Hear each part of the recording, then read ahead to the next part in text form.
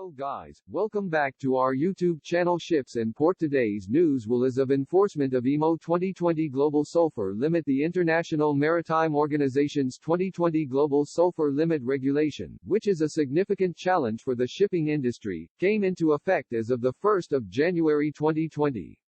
It limits the sulfur in fuel oil used on board ships operating outside designated emission control areas to 0.50% meter per meter, mass by mass, from 3.50% meter per meter. Monitoring and enforcement of the new limit is the responsibility of governments and national authorities of member states that are parties to MARPOL Annex B. To facilitate capacity building regarding the new regulation, a cooperation agreement between the Danish Maritime Authority (DMA) and the World Maritime University (WMU) brought administrations together in a workshop format to share knowledge on sulfur enforcement in three key regions: Africa, Asia and the Caribbean. 3 workshops were supported by the Danish Maritime Fund, with contributions from the Danish Ministry of Environment. The last of the 3 workshops, the International P2P-MTCC Africa Workshop on IMO Global Sulphur Limit 2020, took place during the 30th to the 31st of March 2021. Due to the pandemic, the workshop was hosted online by MTCC Africa and was delivered in cooperation between the WMU and the DMA. The MTCC Africa Workshop provided the opportunity to discuss and share solutions and best practices for effective enforcement. Indicative topics included, among others, the associated legal basis, fuel samples, document checks, targeting mechanisms, remote sensing and use of sniffers, training of inspectors and sanctions.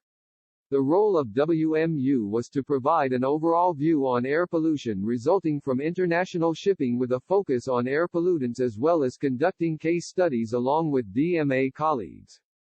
DMA and Sulphur Emission Control Area (SECA) experts presented best practices from the SECA regions. Challenges with regard to compliance and enforcement of the new IMO's 2020 global sulfur limit were highlighted by regional representatives.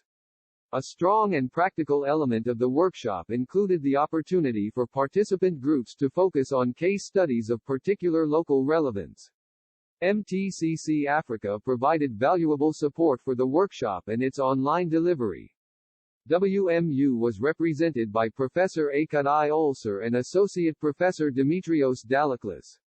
A total of 39 participants were in attendance from Cameroon, Comoros, Denmark, Ethiopia, Kenya, Madagascar, Nigeria, South Africa, Sweden, Tanzania, Tunisia, the United States and the United Kingdom.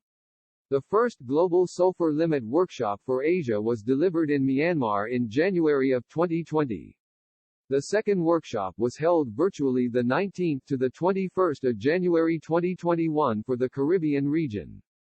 The IMO's initial GHG strategy has accelerated the momentum of decarbonization efforts in the shipping industry.